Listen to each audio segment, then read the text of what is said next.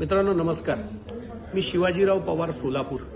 आज पुण्यामध्ये बालगंधर्व रंगमंदिरामध्ये महाराष्ट्रातल्या ख्यातनाम आणि ज्येष्ठ कलेक्टर्सनी एकत्रित केलेलं त्यांच्या वस्तूंचं संग्रह केलेलं प्रदर्शन पाहण्याचा योग आला. मला याच्यामध्ये विशेष आनंद असा झाला, किशोर चांडक नावाचा एक ध्येयवेडा माणूस सोलापूरचा हा राज्याच्या किंवा देशाच्या या कलेक्टर संघटनेचा अध्यक्ष याचं मला विशेष वाटलं.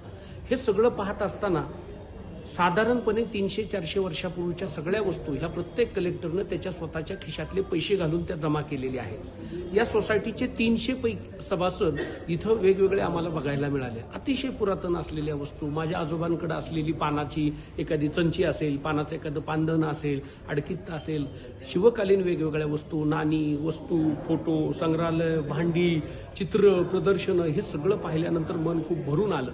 मात्र हे सगळं करत असताना राज्य शासनानं याच्यावर विचार करायला हवा. अंदाजे 500 करोड रुपयाचं कलेक्शन असलेली ही संस्था, शासनानं याला राजाश्रय द्यायला हवा आणि या सगळ्या कलेक्टर्सचा अतिशय चांगल्या पद्धतीचा सन्मान करून या सगळ्या वस्तू एकत्रित करून राज्य सरकारचा ठेवा म्हणून जपायला हव्या असं मला स्वतःला वाटतं. छत्रपती शिवरायांची एखादी तलवार असलेली भारत सरकार ही खरेदी करतं, त्याच पद्धतीनं अशा पद्धतीच्या चांगल्या वस्तू, शिवकालीन वस्तू, अतिशय पुरातन असलेल्या वस्तू सुद्धा या सगळ्या राज्य शासनानं खूप चांगल्या पद्धतीचा उपयोग करून घ्यावा.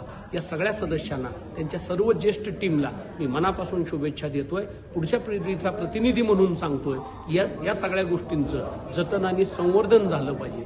धन्यवाद. शिवाजीराव पवार, सोलापूर.